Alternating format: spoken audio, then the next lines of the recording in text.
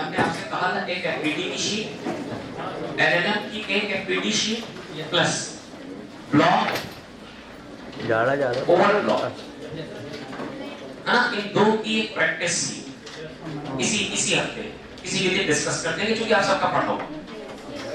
हाँ, दो term discuss करें, वर्क पावर एनर्जी पढ़ाते जाएंगे धीरे से, इस चीज को भी डिस्कस करें, ठीक है। उसके दिमाग में रखिए, हेड डालें बेटा, हेड डालें वर्क, सबसे पहली आर्टिकल वर्क, सुनते जाए अच्छे ऑडियंस के तरह। सबसे पहली बातचीत, वेरी फर्स्ट थिंग, अगर बात करी जाए वर्क की, अगर बात करी जाए वर्क की, तो आप किसी भी ऑब्जेक्ट में अगर आप एफर्ट कर रहे हैं, कोई भी प्रयास कर रहे हैं, और वो प्रयास सफल तब मान जाएगा जब आप जैसा सोच रहे हैं वैसा हो जाए। फॉर एग्जाम्पल, सपोज करो कोई प्लेटफॉर्म है और इस प्लेटफॉर्म के ऊपर कोई ब्लॉक प्लेस कर दिया जाए। बातचीत नहीं बेटा प्लीज, तो शांत। एक प्लेटफॉर्म और इस प्लेटफॉर्म के ऊपर कोई एक ब्लॉक हमने एम मास का प्लेस कर दिया, ठीक। हम इसको पुश करने जा रहे हैं, इसको धक्का देने जा रहे हैं। जैसे ही पुश करोगे, फोर्स लगाओगे, ये ऑब्जेक्ट अगर इन डायरेक्शन ऑफ फोर्स डिस्प्लेस हो गया, यानी हम कहेंगे ये एम मास फोर्स यानी एफर्ट के लगते ही अपनी पोजीशन चेंज कर दिया, अपनी लोकेशन चेंज कर पाया। अभी इसकी लोकेशन यहाँ कहीं थी, अब ये फाइनली यहाँ कहीं पहुंच गया। तो इन दोनों के बीच का जो पोजीशन गैप है, सपोज करो x हो जाए, या क्योंकि आप आदत में है आपकी d, अगर फोर्स लगाने से कोई ऑब्जेक्ट d डिस्टेंस चल के इन डायरेक्शन ऑफ फोर्स डिस्प्लेस हो जाता है, तो वर्क डिफाइन होगा। ये तो कहने का तरीका हो गया कि हमने किसी प्लेटफॉर्म पर रखे हुए बॉडी पर एफर्ट लगाया, और एफर्ट लगाते ही बॉडी हमारे एफर्ट का सपोर्ट करते हुए in direction of force displace हो गई, तो वर्क डिफाइन हो जाएगा। Total is equal to force multiply by displacement, एक जनरल तरीका। अब कभी-कभी फर्क क्या है कि हम जैसे हमने जिस तरफ फोर्स लगाया उसी same direction, similar direction, along direction में डिस्प्लेसमेंट हो गया, तो W बराबर F into D। मतलब वर्क डन है क्या? वर्क डन का सर फोर्स लगा करके डिस्प्लेसमेंट जो भी हुआ है उसकी स्टडी, हमने जो एफर्ट लगाया और उस एफर्ट की कॉस्ट पर, उस फोर्स की कॉस्ट पर बॉडी कितना डिस्प्लेस कर गई, उन दोनों की कंबाइंड स्टडी। एक बात। दूसरी बात होगा क्या कि कभी-कभी हमारा जो फोर्स होगा, हमारा जो प्रयास होगा, सपोज करिए हमने बॉडी पर प्रयास ऐसे किया, फोर्स ऐसे लगाया, हॉरिजॉन्टल से किसी एंगल थीटा पर लगाया। अब फिजिक्स कहती है कोई भी फिजिकल क्वांटिटी कभी भी हमें इंक्लाइन दिखे, टेढ़ी दिखे, तो उसके कंपोनेंट कर लेंगे। तो हम f का कंपोनेंट करने जा रहे हैं। f का एक कंपोनेंट आएगा f का cos ऑफ थीटा, दूसरा f का कंपोनेंट आएगा f का sin ऑफ थीटा। अब मैं आपसे पूछूं कि बॉडी आगे डिस्प्लेस हुई, बॉडी हॉरिजॉन्टल डायरेक्शन में डिस्प्लेस हुई, तो किसका एफर्ट, मतलब कौन सा फोर्स इफेक्टिव रहा? f इफेक्टिव रहा कि cos थीटा की sin थीटा? दरअसल इस बॉडी को यहां से यहां तक डिस्प्लेस करने, यानी हॉरिजॉन्टल डिस्प्लेसमेंट देने में f cos थीटा का रोल था। तो सेम चीजें लगाएंगे और लिखेंगे W is equal to f cos theta multiply by displacement d, right. इतनी बात है। अब सवाल ये आता है, इसका मतलब कहीं ना कहीं किसी भी वेक्टर के फार्मूले में तीन चीजों का रोल है। किसका किसका रोल है?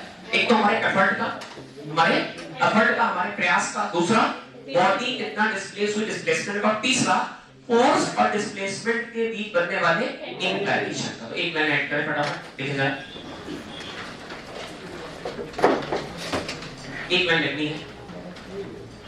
In any conservative force field, in any conservative force field, जो लिखवा रहे हो काम की लाइन है बेटा, तो यही लाइन है, बात है, बाकी सब लिखवा देते हैं किताबों में कम मिलेगी। In any conservative force field,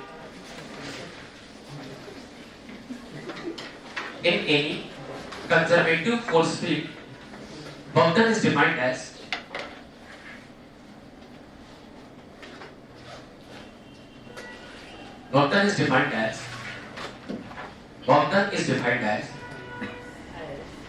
in any conservative force field, work done is defined as a bold determinant. Work done is defined as W is actually dot product of two vector quantity। कौन C vector quantity बेटा?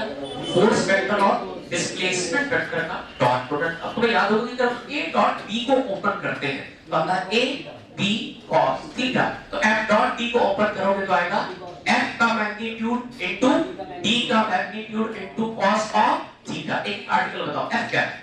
Effort है, प्रयास है, force है। D क्या है? Displacement in direction of force है, तो अच्छी बात है, नहीं तो कोई दिक्कत नहीं। F कोई भी फोर्स है, D उसी फोर्स द्वारा किया गया डिस्प्लेसमेंट, और थीटा क्या है? F और D के बीच का इंक्लाइनेशन नोट करते चलें।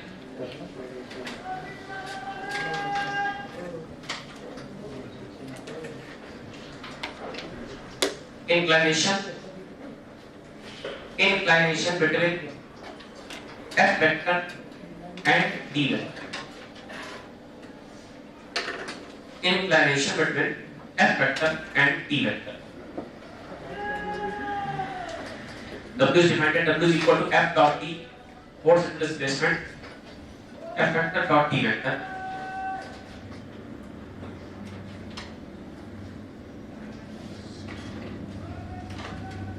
राइट, सबसे पहला फोटो एक हॉरिजॉन्टल प्लेटफॉर्म बना के चलने साथ साथ उस पर एक ऑब्जेक्ट रख लीजिए। बातें नहीं, तुम कनेक्टिविटी बना के रखना। ऑब्जेक्ट का मास m, ऑब्जेक्ट का मास m, इस पर जा रहे हैं, एफर्ट लगा रहे हैं, प्रयास कर रहे हैं, f फोर्स के साथ एफर्ट करेंगे। फोर्स कह रहा है कि हम अलोंग डायरेक्शन में काम करके हम हॉरिजॉन्टल से कुछ थीटा एंगल पर काम करेंगे। फोर्स थीटा एंगल पर, फोर्स हॉरिजॉन्टल से थीटा एंगल पर एक्टिंग है। ठीक, अब हमें पता है फोटो में फाइनली देखा क्या कि जो हमारा ऑब्जेक्ट था वो अपनी लोकेशन यहां से यहां नहीं चेंज कर लेंगे, यहां से यहां शिफ्ट हो गया। आप कहोगे सर सपोज करो ऑब्जेक्ट हॉरिजॉन्टल प्लेटफॉर्म पे कितना शिफ्ट हुआ, d शिफ्ट हो गया, d शिफ्ट हो गया। एक तरीका W is equal to, बोलो बेटा इस पूरी प्रोसेस में काम कितना हो, फोर्स कितना लगा F, डिस्प्लेसमेंट D, और जो भी एंगल है थीटा उसका cos ऑफ थीटा। एक तरीका ये। दूसरा तरीका क्या कहता है, दूसरा तरीका कहता है W is equal to F cos theta multiply by D। ठीक है, सुनना, ये लिखा है फोर्स, ठीक है, लिखा है, ये लिखा हुआ displacement in direction of force. लाइनें बहुत आसान, कई बार पढ़ी हुई, इनको ध्यान देना क्योंकि अभी आने वाले एग्जांपल्स में हम इन्हीं वर्ड्स का इस्तेमाल करेंगे। हमने कहा हमने किसी बॉडी पर एफर्ट लगाया, प्रयास किया, और जैसे एफर्ट लगाया हमारा एफर्ट इंक्लाइन था, टेढ़ा था, हमने उसके कर लिए सुविधा के लिए कर लिए कंपोनेंट। F का एक कंपोनेंट आ गया बेटा F का cos ऑफ थीटा, दूसरा कंपोनेंट हो गया F का sin ऑफ थीटा। दोनों कंपोनेंट में से कोई एक ही कंपोनेंट ऐसा है जो बॉडी को यहां से यहां तक लाने के लिए एफर्ट करके डिस्प्लेस करने के लिए रिस्पांसिबल है। कौन सा कंपोनेंट है, F का cos थीटा। तो असल में वर्क की डेफिनेशन क्या है, वर्क की असल डेफिनेशन ये तो हम लोग मैथमेटिकली पढ़ते हैं। मतलब वर्क की असल डेफिनेशन क्या है, force multiply by displacement in direction of force. कौन सा ऐसा फोर्स जिसकी डायरेक्शन में डिस्प्लेसमेंट हुआ है, F वाला क्या sin थीटा या cos थीटा, तो force into displacement in direction of force. So force F का जो इफेक्टिव पार्ट है वो F cos थीटा, और उसकी डायरेक्शन में डिस्प्लेसमेंट हुआ वो कितना हो गया D, रिजल्ट क्या हो गया F cos theta into D। इसी को हम लोग जल्दबाजी में ऐसा कर सकते हैं कि सीधे फार्मूले के तरीके इस्तेमाल करेंगे, W बराबर F vector dot D vector, या W बराबर F into D into cos of theta, जहां थीटा क्या है सीधे सीधे याद रखो कि इंक्लिनेशन है फोर्स वेक्टर और डिस्प्लेसमेंट वेक्टर के बीच का। इतनी बात नोट करते चले।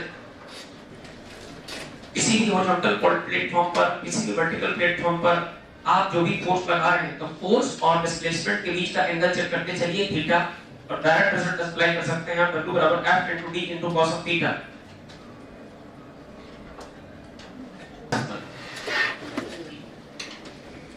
एग्जांपल के तौर पर सपोज करो ये हॉरिजॉन्टल प्लेटफॉर्म, ध्यान से इस हॉरिजॉन्टल प्लेटफॉर्म पर हमने एक बॉडी रखी, बॉडी का मास मान लीजिए कितना है F, D जल्दी हो जाएगी, बिल्कुल बढ़िया सवाल है ना। F मास है और हम उस पर प्रयास करने जा रहे हैं, फोर्स लगाने जा रहे हैं। कितना फोर्स लगाएंगे F, और F कितना लिखने बेटा F, राइट। इसका हॉरिजॉन्टल से बनने वाला एक शानदार एंगल ले लीजिए, क्योंकि आपका बहुत बड़ा एंगल है, कितना डिग्री 37 स्पीड है, क्योंकि 37 की कंपोनेंट करना बड़ा आसान रहता है, बड़े इंटरेस्टिंग कंपोनेंट आते हैं। आपको अगर ना याद हो तो याद कर लीजिए, वैसे याद होना चाहिए। अगर ये 37 है और ये वाला एंगल 90 है तो ये अपने आप कितना हो जाएगा 53, और ये 53 तो ये वाला 3 तो ये वाला 5, और ये 5 ये 3 तो ये वाला 4। अगर हमें जरूरत पड़ी cos 37 की, बोल के बताओ बेटा कितना हो जाएगा, cos 37 बराबर base upon hypotenuse, that mean 4/5। Similarly अगर हमें इस ट्रायंगल में नोट कर लो, अब नोट नहीं करोगे, नोट करने का टाइम मिलेगा, sin 37 इसी ट्रायंगल का sin थीटा बराबर, बोलो बेटा बोलते रहो, perpendicular upon hypotenuse, that means 3/5। अब देखिए आपने बॉडी जो मास m की थी उस पर कितना फोर्स लगाया, देखते चलिए कितना 10 न्यूटन का प्रयास सीधे हॉरिजॉन्टल या सीधे वर्टिकल, बोलो 10 का प्रयास हॉरिजॉन्टल है कि वर्टिकल है कि इंक्लाइन। अब फिजिक्स में कोई भी फिजिकल क्वांटिटी अगर मैं इंक्लाइन देगी तो उसके क्या टुकड़े कर लेंगे, तो हम चले 10 के दो टुकड़े, ये हो जाएगा 10 का cos 37, राइट। जहां से एंगल इंक्लाइन होता है वहां आता है कंपोनेंट cos थीटा, और जिसके परपेंडिकुलर होगा sin थीटा, तो ये बच जाएगा 10 का cos 37, ये बच जाएगा 10 का sin of 37, दोनों बातें मिलेंगी। अच्छा बताते चलो, cos 37 कितना होता है, 10 मल्टीप्लाई बाय cos 37 कितना 4/5, so 10 into 4/5 से कट गया 2, 4 2 जा 8 न्यूटन। इधर बोलो कितना हो जाएगा 10 मल्टीप्लाई बाय sin 37 कितना बेटा, I think 3/5, तो 5 बन जा 5 5 2 जा 3 2 जा 6 न्यूटन। अच्छा बताना, फोटो देखो, m मास किसी हॉरिजॉन्टल प्लेटफॉर्म पर रखा है, कहानी बढ़ती जाएगी, सुनते जाना, नोट मत करना। m मास किसी हॉरिजॉन्टल प्लेटफॉर्म पर रखा है, इस पर 10 न्यूटन का इंक्लाइंड फोर्स हॉरिजॉन्टल से 37 डिग्री पर काम कर रहा है। हमने 10 न्यूटन के दो कंपोनेंट कर दिए, 10 का एक कंपोनेंट 10 का cos थीटा, 10 का sin थीटा, 10 का cos थीटा बन गया, एक कंपोनेंट 10 का sin थीटा बन गया 6 न्यूटन। इसके दो कंपोनेंट दो यानी 10 न्यूटन को हमने पार्ट्स में ब्रेक कर दिया। एक टुकड़ा 10 न्यूटन का एक कंपोनेंट के टुकड़ा ऐसे हॉरिजॉन्टली खींचना चाहता है, कितना टुकड़ा 1 न्यूटन वाला, और एक टुकड़ा ऐसे वर्टिकली लिफ्ट करना चाहता है, कितना वाला 6 न्यूटन वाला, राइट। अच्छा बताइए, सपोज करो मैं आपसे कहूं, केवल इतनी सी बात कहूं कि यहां पर फ्रिक्शन अवेलेबल भी है और कम भी है। कहानी बनाते हैं, बहुत सुंदर कहानी करेंगे। बेसिक फार्मूला एक ही है हमारे पास, कौन सा, W बराबर F D cos थीटा, इसको हम चलना। अच्छा भाई, यहाँ पर हमने कहा रफनेस है, और रफनेस का जो कोएफिशिएंट है वो हमको डिफाइन है म्यू बराबर 0.1। सुनते चलना, इतनी बात ठीक है। चलो भाई, कितनी बातें लिख रहे हैं, एक एक बात आराम पकड़ना। अरे ब्लॉक रखा था, ब्लॉक पर एफर्ट हुआ, प्रयास हुआ, और प्रयास का एक टुकड़ा आगे की तरफ, एक टुकड़ा ऊपर है, ठीक है। मास में कोई सपोज करो एम मास हमने लिया 1 kg, देख लीजिए ध्यान से देखिए 1 kg, राइट। अच्छा अब मदद करना बेटा, बदल बताना ध्यान से देखो, तो क्या वजन का कुछ पार्ट नीचे काम करेगा, कितना काम करेगा 1 g, कितना 1 g, 1 का मतलब 1 g का मतलब 10, तो आई थिंक ये 10 न्यूटन आएगा। तो जो 1 kg का ब्लॉक था उसने 10 न्यूटन से ब्लॉक सरफेस को किया प्रेस, 1 kg के ब्लॉक ने mg यानी 10 न्यूटन के एफर्ट से सरफेस को प्रेस किया, और प्रेस करके किया इसने सरफेस पर प्रेसिंग एक्शन, बदले में मिला इसे इक्वल अपोजिट रिएक्शन। तो इसने अपना प्रेसिंग एक्शन n किया होगा सरफेस पर, और सरफेस के अंदर रिएक्शन इसको किया कहां की तरफ, ऊपर की तरफ। हमारी समझ में आ रही है, कोई कॉम्प्लेक्सिटी नहीं है, कितनी बातें सब दिखाई दे रही। अच्छा भाई चलो बताते जाओ, जैसे हम फिजिकल क्वांटिटी के करने के कंपोनेंट्स, तो एक फोर्स देखते जाना, फोटो देखना, एक फोर्स यानी फोर्स का एक टुकड़ा, फोर्स का दूसरा टुकड़ा, और देखो जरा नॉर्मल दिखाई दे रही क्या, फोटो में नॉर्मल भी दिखाई दे रही क्या, कहां काम कर रही, ऊपर की तरफ, कितनी कर रही, अगर ये वर्टिकली बैलेंस है तो कितनी काम करेगी 10 न्यूटन। लेकिन देखना ध्यान से, इस ब्लॉक की बैलेंसिंग के लिए, इस ब्लॉक की वर्टिकल बैलेंसिंग के लिए, इस ब्लॉक के वर्टिकल डायरेक्शन पर लगने वाले सारे फोर्स बैलेंस होने चाहिए। तो वर्टिकल डायरेक्शन में ऊपर की तरफ कौन काम कर रहा है, नॉर्मल, प्लस ऊपर की तरफ और भी कोई है क्या 6 न्यूटन, और दोनों मिल करके किसे बैलेंस कर रहे हैं 10 न्यूटन को। तो आई थिंक अगर 6 को ट्रांसफर करोगे तो n बराबर कितना आ जाएगा 4 न्यूटन, n बराबर 4 न्यूटन, इतनी बात ठीक है। तो n बराबर 4 न्यूटन ऊपर की तरफ रखेंगे। अरे कॉमन सेंस देखिए, हम तो ऐसे ही बता सकते थे, देखना जरा ये फोर्स कितना साथ बने रहना, आराम चलना, कोई जल्दबाजी नहीं करोगे, क्योंकि हम फ्रिक्शन भी साथ में थोड़ा टच करते चलेंगे। ये ब्लॉक कितने का 1 kg का, सरफेस पर जैसे ही रखा, सरफेस के स्मूथ की रखते चलो छोड़ दो, ब्लॉक पर एफर्ट करो चलाने का, एफर्ट कितने का किया 10, हॉरिजॉन्टल की वर्टिकल की इंक्लाइन कितने डिग्री पर 37, 10 के कितने टुकड़े कर ले 2, ताकि हमारी स्टडी आसान हो जाए। कैसी हो जाए, एक हॉरिजॉन्टल टुकड़ा है तो 10 का एक हॉरिजॉन्टल कंपोनेंट 1 न्यूटन, 10 का एक वर्टिकल कंपोनेंट 6 न्यूटन, क्या दिखाई दे रहा है। अच्छा 1 न्यूटन किस प्रयास में है, ब्लॉक को हॉरिजॉन्टल चलाने के प्रयास में, 6 न्यूटन किस प्रयास में, ब्लॉक को उठाने के प्रयास में। तो इसकी स्टडी किसमें आएगी, हॉरिजॉन्टल फोर्सेस में, इसकी स्टडी किसमें आएगी, वर्टिकल फोर्सेस में। अच्छा तो अगर ब्लॉक वर्टिकली बैलेंस है तो नीचे कितना काम कर रहा 10 न्यूटन, ऊपर भी कितना काम करना चाहिए 10 न्यूटन, इसमें से ये वाला पार्ट कितना है 6 न्यूटन, तो ये कितना बचा 4 न्यूटन। कितनी बात डन, कोई समस्या, कोई दिक्कत। अब देखिए अच्छा बताओ, इस ब्लॉक की सरफेस यानी कॉन्क्रीट सरफेस पर फ्रिक्शन है क्या, फ्रिक्शन है कितना फ्रिक्शन हो सकता है। हम कभी फ्रिक्शन नहीं कैलकुलेट करते, हम तो हमेशा एफएस मैक्स कैलकुलेट करके सवाल सोचते हैं। चलो भाई एफएस मैक्स कितना, आपने कहा सर एफएस मैक्स का formula mu multiply by N. Mu कितना बेटा 0.1। एन किसके बराबर, एन बराबर mg नहीं, आपकी बात है बराबर, अरे भाई तो कैलकुलेट दिया जाएगा 4 न्यूटन। देखो जरा 4 में से 0.4, अच्छा म्यू की जगह पर 0.1 और n की जगह पर कितना 4 न्यूटन, तो आंसर कितना हो जाएगा 0.4 न्यूटन। ये कौन है, फ्रिक्शन। अच्छा बताओ यहाँ फ्रिक्शन अवेलेबल है कि नहीं है, मैक्सिमम कितना है 0.4। अच्छा वो केवल अवेलेबल है कि काम भी करेगा, क्योंकि इसमें मोशन की टेंडेंसी कितने न्यूटन से। अच्छा भाई एक बात बताओ, क्या सारे फोर्स एक्टिव हो जाएंगे। अब इसकी फाइनल फोटो देखिएगा, पहले फिल्म से देखो, ब्लॉक देखो, ब्लॉक पर लगने वाला इम्प्लाइड फोर्स देखो 10 न्यूटन का, 10 के टुकड़े देखो, देखा, mg देखो, नॉर्मल देखो, फ्रिक्शन देखो, 4-5 फोर्स दिखाई दे रहे हैं। अब इनको सुंदर तरीके से एक बार फिर से ड्रॉ करते हैं, सुनना बहुत ध्यान से। सरफेस सही बच्चे, सबका सही आंसर होना चाहिए। ब्लॉक, चलो आंसर दो, आगे की तरफ कितना फोर्स काम कर रहा, सबका सही आंसर है। हाँ आंसर बताना कितना, 8 क्या कोशिश कर रहा, ये ब्लॉक को आगे की तरफ हॉरिजॉन्टली शिफ्ट करना चाहता है। अच्छा ये कहां से आया, क्या टुकड़ा है या किसी का, इसका टुकड़ा 10 न्यूटन का कंपोनेंट है। अच्छा भाई एक और कंपोनेंट है क्या इसका, कितने न्यूटन 6 न्यूटन, कहां की तरफ काम कर रहा, ऊपर की तरफ। अच्छा भाई ब्लॉक का वजन है क्या, कितने किलो, तो क्या उसका वजन नीचे काम करेगा, 1 kg का मतलब 1g का मतलब 10 न्यूटन। ऊपर भी काम कर रहा है क्या, यस, कितना काम कर रहा n, और n किसके बराबर है 4 न्यूटन। अच्छा क्या यहाँ सरफेस में कांटेक्ट भी है क्या, और कांटेक्ट के साथ साथ रफनेस का कोएफिशिएंट 0.1 है, ये बताना चाह रहा है कि फ्रिक्शन अवेलेबल भी है, और क्योंकि चलने की टेंडेंसी इसलिए काम नहीं करेगा। और फ्रिक्शन के काम करने की डायरेक्शन हमेशा मोशन की टेंडेंसी के अपोजिट, मोशन की टेंडेंसी आगे तो फ्रिक्शन काम करेगा पीछे। कितना लगेगा, जितनी जरूरत उतना लगेगा। कितने की जरूरत है 8, क्या यहाँ पर 8 अवेलेबल है, नहीं, क्या जितनी औकात पूरी ताकत लगा देगा ये 0 पूरी लगा देगा, लेकिन रोक नहीं पाएगा। कहानी सेट हो गए, कोई डाउट तो नहीं। आप सवाल बनता है कि सपोज करिए, अच्छा बताओ पहले ब्लॉक चलेगा कि नहीं चलेगा, चलेगा कि नहीं चलेगा, क्यों चलेगा, क्योंकि ड्राइविंग फोर्स की वैल्यू स्टॉपिंग फोर्स यानी फ्रिक्शन फोर्स से काफी ज्यादा, इसलिए चलना तो चाहिए। अच्छा ऊपर उठेगा कि स्टॉप टच पे रहेगा, नीचे 10 ऊपर 6 और 4 nm के मेंटेन कर लिया, टच है कि खत्म हो गया है, क्योंकि नॉर्मल रिएक्शन का नॉन जीरो पॉजिटिव होना बताता है कि टच है, प्रेस हो रहा। ठीक है, चलिए सोचने की बातें हैं। आपने से पूछा कि मान लीजिए सर अगर ब्लॉक चलते यहाँ कहीं पहुंचा, और ये ब्लॉक अपनी इनिशियल पोजीशन के रिस्पेक्ट में सपोज करो 10 मीटर डिस्प्लेस हो गया, कितना डिस्प्लेस हो गया 10 मीटर डिस्प्लेस हो गया। आपसे पहला क्वेश्चन पूछा गया फाइंड आउट द वेक्टर।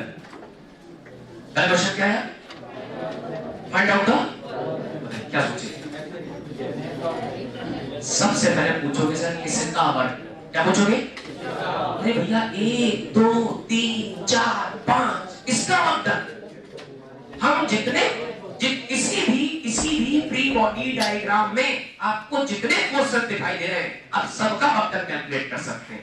क्या बोला हमने, किसी भी सिस्टम पर, किसी भी बॉडी पर जितने फोर्स काम कर रहे हैं आप सबका वर्क डन कैलकुलेट कर सकते हैं सेम फार्मूले से। फार्मूला क्या था बोलो जरा सा, फार्मूला W बराबर F multiply by D multiply by cos of theta. F क्या है, कांस्टेंट फोर्स, कैसा फोर्स है, D क्या है डिस्प्लेसमेंट, थीटा क्या है angle between force and displacement. चलो भाई एक एक का वेक्टर निकालते हैं। सबसे पहला वेक्टर निकालने जा रहे हो बेटा, अच्छा कितने फोर्स हैं, कितने कोई दिक्कत नहीं, ये बेटा हम लोग केवल रफ प्रैक्टिस कर रहे हैं, सवाल नहीं, हम सीख रहे हैं कि क्या क्या हो सकता है सवाल में।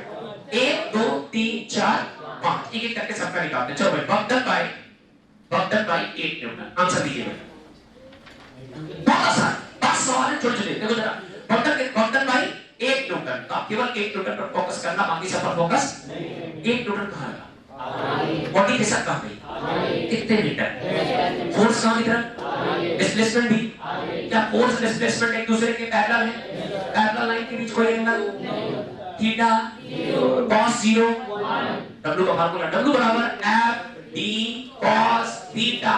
अरे इस फोर्स की चर्चा 8 न्यूटन, डिस्प्लेसमेंट के नाम पर 10 मीटर, cos थीटा में चूंकि दोनों पैरेलल, थीटा कितना 0, cos 0, 8 टर्म 80, वक्र कितना आएगा 2।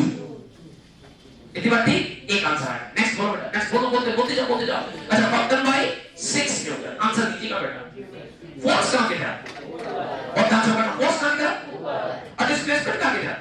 अरे फोर्स लगा वर्टिकल, डिस्प्लेसमेंट कैसा हॉरिजॉन्टल, दोनों के बीच थीटा कितना 90, तो फोर्स के नाम पर कितना 6, डिस्प्लेसमेंट कितना 10, और cos थीटा में थीटा कितना 90 और cos 90 0, सो वक्र कितना।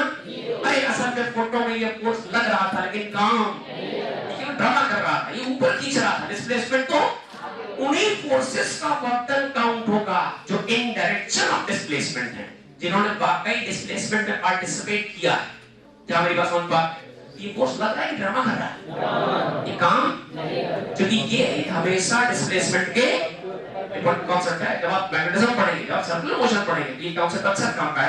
खैर, अच्छा और बोलिए, और भी कोई फोर्स है क्या, और भी कोई फोर्स है क्या। 4 न्यूटन का पड़ोसी कौन है, सॉरी 6 का पड़ोसी कौन है 4 न्यूटन। फोर्स का डिस्प्लेसमेंट, एंगल, cos 90, cot 10।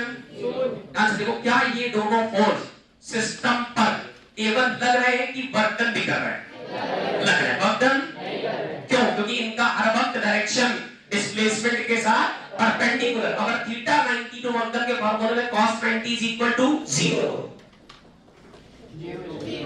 इसलिए वर्तन कर रहा है कि ड्रामा कर रहा है, क्यों, डिस्प्लेसमेंट कहां हॉरिजॉन्टल, फोर्स कहां वर्टिकल, एंगल कितना 90, cos 90, जब वर्तन के फॉर्मूले में cos थीटा आता है तो cos थीटा का टर्म अगर 0 हो जाएगा तो वर्तन भी 0, सो वर्तन बाय 10 न्यूटन इज आल्सो 0। इस बात को लिख सकते हैं, वर्तन भी सुनते रहना, डिसकनेक्टिविटी नहीं होनी चाहिए, 10 न्यूटन इज इक्वल टू 0। और वो कौन लग रहा है, बोलते जाओ और कौन लग रहा है, ये लग रहा है क्या। अच्छा, वर्तन बाय फ्रिक्शन, पांचवा वर्तन बाय फ्रिक्शन। अच्छा, फ्रिक्शन के नाम पर है कितना 0. तो मैं लिख रहा हूं 0.4 न्यूटन का वर्तन। अच्छा, वर्तन का फार्मूला बोलते जाओ वर्तन का फार्मूला W बराबर F T cos theta. Force के नाम पर किस फोर्स पर ध्यान दे रहे हो, 0.4, डिस्प्लेसमेंट कितना 10, आंसर दीजिएगा, आंसर। फोर्स कहां की तरफ, फ्रिक्शन कहां की तरफ, पीछे, डिस्प्लेसमेंट आगे, दोनों के बीच एंगल 180, cos 180 कितना -1, आंसर कितना बन जाएगा, क्या ये -4 मीटर बाहर 4 जूल बन जाएगा। सुनते रहना बेटा, हम आप बहुत मुद्दे की बात करने जा रहे हैं, गड़बड़ ना करना, एक ही पॉइंट गड़बड़ ना करना, जो निकल जाएगा मक्खन होगा। अच्छा भाई, कितने फोर्स काम कर, हाँ ठीक है, हाँ थोड़ी आप चर्चा कर, तुम सीख जाओगे सब कुछ। कितने फोर्स हैं, सबका वर्क कैलकुलेट कर लिया, पांचों में कितने मक्कार है, 1 2 3, कितने एक्चुअल वर्क है 1 2। ध्यान से देखो, ये कहां की तरफ था, आगे, डिस्प्लेसमेंट आगे, इसका वर्क पॉजिटिव, ये कहां की तरफ था, पीछे, डिस्प्लेसमेंट आगे, इसका वर्क नेगेटिव।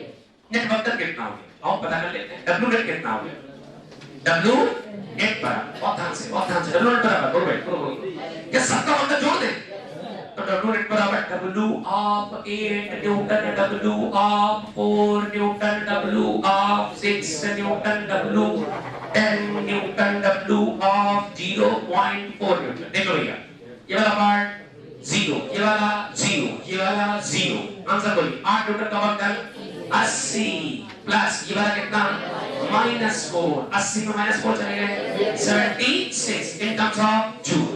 ये नेट वर्क, अब सर इतना करना पड़ेगा ना, इसका शॉर्टकट नहीं, क्या शॉर्टकट है, क्या शॉर्टकट है, एक तरीका से जब की बातें समझ में आए, यस सर, पक्का किसी के मन में कोई कठिनाई नहीं चल रही, हौले हौले नोट करो, जरूरी आपको नहीं अपने से करो बस बेटा, यही से तुम्हें धीरे से एनर्जी थ्योरम छुआ देंगे, आप समझ ही नहीं पाओगे, कब सीख गए और यार बस वहीं से कंजर्वेशन लाते खत्म, इतना सारा आपको एनर्जी आते नहीं।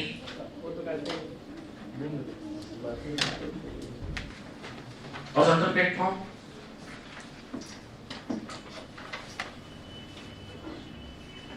mass m is equal to, let us suppose 2 kg, तो kg का मास पता आराम चलना, और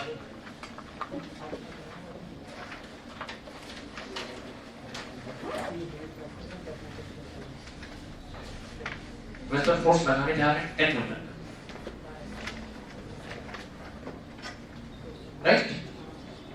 तो यहाँ जो कोएफिशिएंट ऑफ फ्रिक्शन है रफनेस का, let us suppose you mu बराबर फिर से 0.1 ही, थोड़ा कॉम्प्लेक्स सिखाया, थोड़ा आसान करवाया, ठीक है भाई? सारी चर्चा करेंगे, बिल्कुल पेन रखोगे तैयार हो, फिर तो इतना नोट हो गया इधर। चल किसी बॉडी पर लगने वाले क्वांटम में सारा खेल फोर्स फील्ड का है और फोर्स का है, नंबर ऑफ फोर्सेस का है।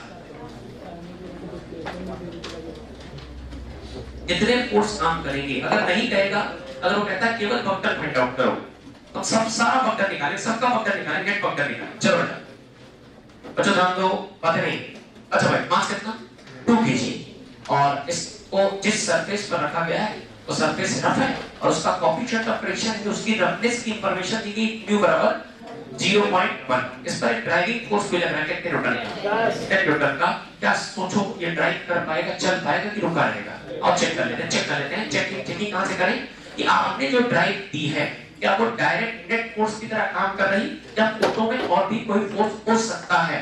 तो क्योंकि ब्लॉक का कांटेक्ट किससे है, सरफेस के साथ साथ, तो क्या यहाँ कांटेक्ट के नाम पर फ्रिक्शन फोर्स काम कर सकता है? और चेक कर लेते हैं कितना फ्रिक्शन अवेलेबल है। बोलो बेटा अवेलेबल फ्रिक्शन की परिभाषा Fs max बराबर बेटा म्यू मल्टीप्लाई बाय n। अच्छा भाई ध्यान से देखो, ब्लॉक का मास कितना 2, तो क्या नीचे की तरफ ये सरफेस को प्रेस करेगा 2g से, इसने 2g से सरफेस को प्रेस करके किया प्रेसिंग एक्शन और इसे मिला equal and opposite normal reaction. तो अगर ये वर्टिकली बैलेंस है, हालांकि हर सवाल में वर्टिकल बैलेंसिंग ही मिलेगी लगभग, तो n किसके बराबर, जितना n ऊपर की तरफ उतना 2g नीचे की तरफ, तो क्या 2g की जगह 2 मल्टीप्लाई बाय g की जगह पर ग्रेविटी की वैल्यू डाल दें, आंसर कितना बेटा 20 इन टर्म्स ऑफ न्यूटन।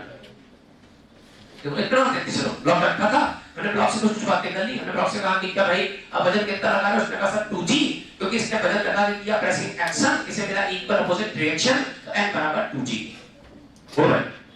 अच्छा फ्रिक्शन निकालें क्या? हां सबका सहयोग चाहिए बेटा। म्यू कितना बेटा, म्यू कितना, कोएफिशिएंट ऑफ फ्रिक्शन कितना, म्यू बराबर 0.1 मल्टीप्लाई बाय नॉर्मल की जगह कितना 20, क्या मल्टीप्लिकेशन करोगे तो डेसिमल खत्म होगा, जीरो खत्म होगा, क्या जाएगा 2 न्यूटन। 2 न्यूटन का फ्रिक्शन है। अच्छा 2 न्यूटन का मैक्सिमम फ्रिक्शन केवल अवेलेबल है कि काम भी करेगा? काम किसने करेगा, चूंकि फ्रिक्शन एक्टिव तब होता है जब रिलेटिव मोशन की टेंडेंसी आती है। क्या इसमें रिलेटिव मोशन की टेंडेंसी है?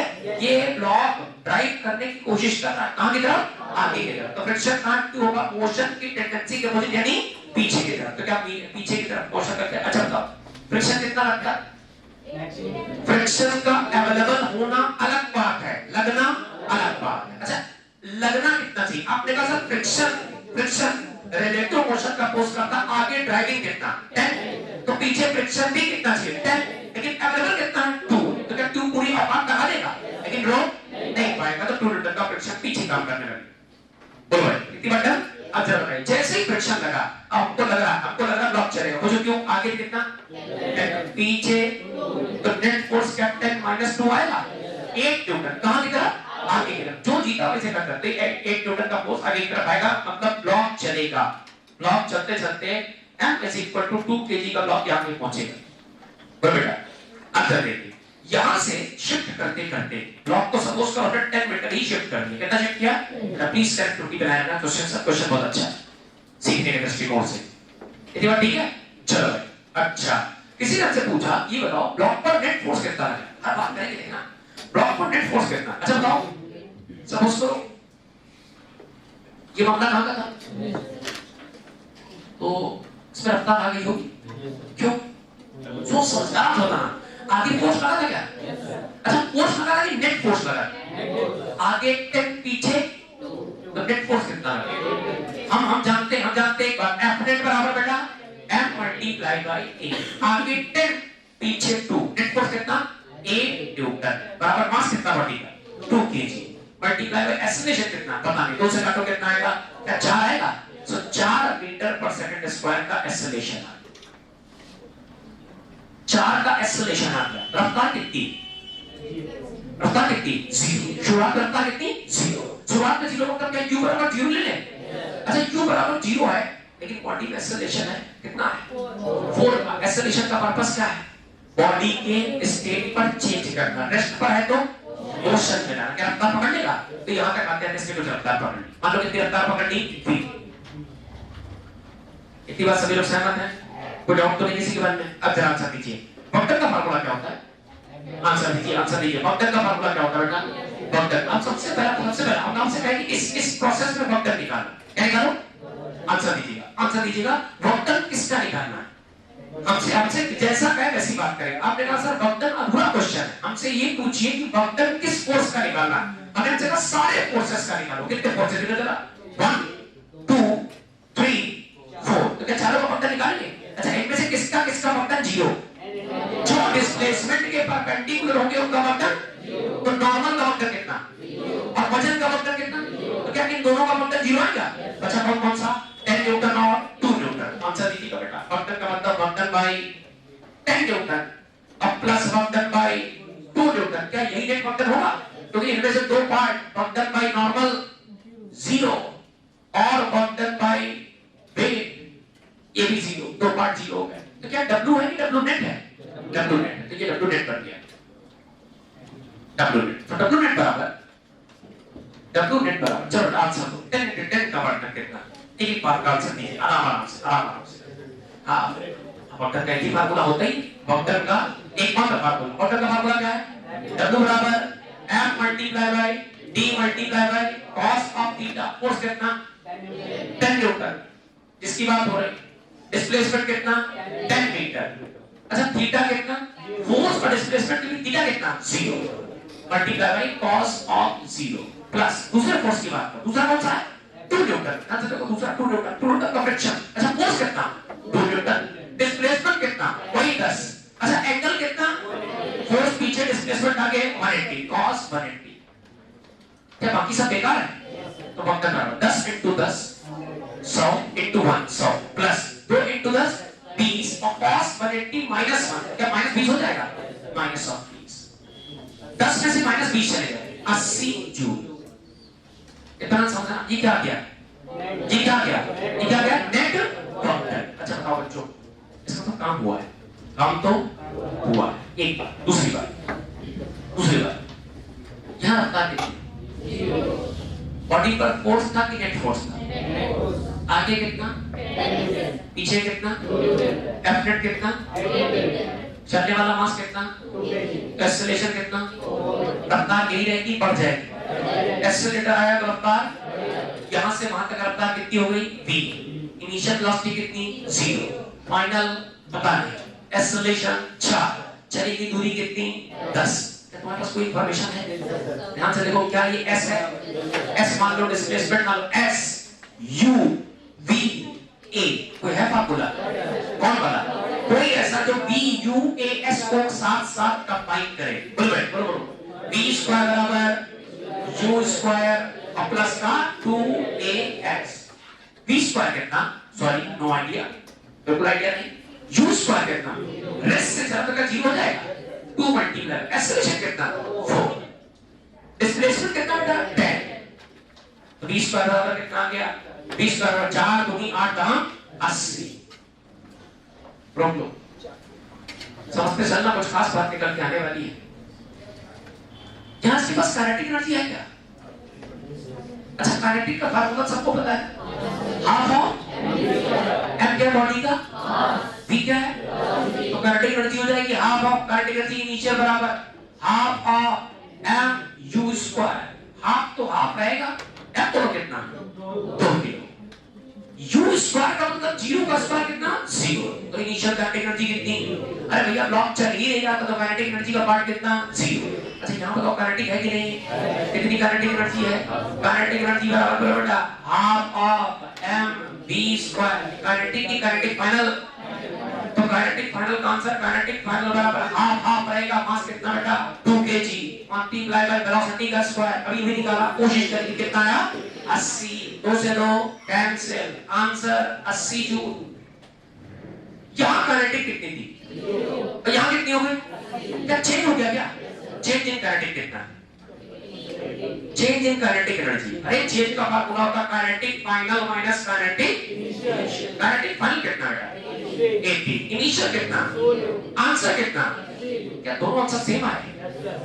रिलेशन बताओ क्या करेंगे, एक नंबर दो नंबर को बताओ। किसी शॉर्ट आंसर जब बोलना उसको सुनिए, किसी प्रोसेस में आंसर दीजिए तब समझ पाएंगे। 2 किलो दिख रहा है, सभी लोग जीरो से फिर जीरो से 2 किलो दिख रहा है, किस सरफेस पर रखा, स्मूथ की रखा, कितने फोर्सेस काम कर रहे हैं गिन सकते हो, गिनो। आगे कितना 10 ड्राइविंग फोर्स, ऊपर कौन नॉर्मल, किसके अपोजिट लग रहा, बॉडी के वेट के अपोजिट, पीछे कौन लग रहा है फ्रिक्शन। मोटर में कितने फोर्स काम है 1 2 3 4। ये वाला वर्किंग यूजलेस, ये वाला वर्किंग, ये वाला वर्किंग। क्या सब फोर्स सारे फैक्टर निकाल सकते हो? अच्छा फैक्टर का जनरल फार्मूला W बराबर FD cos थीटा। अच्छा कौन से फोर्स के वेक्टर पहले तुम जीरो रख लोगे, 1 2 जो डिस्प्लेसमेंट के परपेंडिकुलर, इसका वेक्टर पहले से कितना 0, इसका वेक्टर कितना 0, बचे कितने 1 2। हमारा काम आसान हो गया। अच्छा भाई 10 न्यूटन का वेक्टर कितना, force multiply by displacement into cos of 0। 10 Newton का वेक्टर है 100, इसका वेक्टर आया 2 न्यूटन पीछे फोर्स के रूप में और डिस्प्लेसमेंट के नाम पर 10 और एंगल 180, तो नेट वेक्टर कितना है 80। चारों फोर्सेस ने मिलकर इस ब्लॉक पर कितना काम किया 80 जूल, नेट वेक्टर इतना आया। अच्छा शुरुआत में काइनेटिक एनर्जी नहीं थी, लेकिन लास्ट तक काइनेटिक एनर्जी आ गई, फोर्स का एफर्ट शक्तिशाली था, उसने काम किया, सिस्टम की एनर्जी को बढ़ा दिया, उसके पास काइनेटिक एनर्जी आ गई, एक थ्योरम मिल गया। क्या थ्योरम मिल गया, नेट वेक्टर बराबर, नेट वेक्टर कितना 80, चेंज इन काइनेटिक कितना 80, नेट वेक्टर बराबर चेंज इन, इसे कहते हैं वर्क एनर्जी थ्योरम। नोट करें पहले करें। तो किसी भी सिस्टम में नेगेटिव फोर्स दिख रहे हैं तो सभी वर्कर में पार्टिसिपेट कर सकते हैं। कुछ मक्कार होंगे, कुछ केवल लगेंगे, उनका काम नहीं होगा। जो अच्छा मक्कार वो निकलेंगे, वेक्टर उनका जीरो आएगा जिनका डायरेक्शन ऑफ वर्किंग, जिन फोर्सेस का काम करने का तरीका डिस्प्लेसमेंट के परपेंडिकुलर रहेगा। तो केवल लगेंगे, पूरे रास्ते पर लगते रहेंगे, लेकिन काम नहीं करेंगे। काम वो करेंगे जो या तो डिस्प्लेसमेंट के पैरेलल होंगे या डिस्प्लेसमेंट के एंटी पैरेलल होंगे। एक लाइन ऐड कर दीजिए। इसी के बाद vector by all forces is equal to change in kinetic energy. Vector by all forces बराबर change in kinetic energy, right. अब वेक्टर बाय ऑल फोर्सेस में फोटो बना सकते हो आप चाहो तो, इसे ब्लॉक रख दो और इसमें आप एक F1 फोर्स दिखा दो, एक आप इसमें F2 दिखा दो, एक आप इसमें F3 दिखा दो, जरूरी है दिखाना, एक आप इसमें F4 दिखा दो, ठीक है ना। सुनते जाना बेटा, ब्लॉक पर जितने फोर्स कर रहे हैं सबका वेक्टर निकालना पड़ेगा। तो सबका वेक्टर निकालने का तरीका एक ही बेटा, कौन सा तरीका है, W बराबर बोलो FD cos थीटा। जहां तक नहीं बात चेंज इन काइनेटिक एनर्जी, तो उसका फार्मूला हो जाएगा kinetic energy final minus kinetic energy initial. क्या करना कंटेंट हमने कहा ना कई बार कहा है आपसे, आर्टिकल्स आगे पीछे हो सकते हैं, छूटेगा कोई नहीं। इतनी बात ठीक। चल अब हम बहुत खतरनाक काम करने जा रहे हैं, तैयार रहे, इससे भी खतरनाक, ठीक है भाई। तो बच्चा अब तक ऐसा जिसके मामले में थोड़ा सा कॉम्प्लेक्सिटी आ रही है बताते चलिएगा, तो फिर से चीजें रिकॉल करा दें, है ना। अच्छा भाई इससे पहले कि आगे बढ़े आप मुझे कुछ बेसिक बातें बता दें। एनर्जी कितने टाइप की होती है, मेरी बात सुनना। हमने एनर्जी वर्क पावर एनर्जी ये मत समझना कि एनर्जी अलग से डिफाइन करेंगे। एनर्जी होगी तभी काम कर पाओगे, और काम करोगे तो एनर्जी में चेंज आएगा। लाइन याद रखना, क्या बोला हमने, एनर्जी होगी तभी काम कर पाओगे, और जैसे ही काम करोगे कि सिस्टम पर तो सिस्टम की एनर्जी में चेंज आएगा। सिस्टम की कितने टाइप की एनर्जी हो सकती है, इनफाइनाइट। कितनी, हम उसमें से सिलेक्टेड पढ़ते हैं, जैसे हम कौन कौन सी पार्ट पढ़ते हैं, हमारे फिलहाल मतलब में कौन कौन सा पार्ट है, तो हमारे मतलब का पार्ट केवल मैकेनिकल है। कौन सा है, और ध्यान सुनना, कौन सा पार्ट है।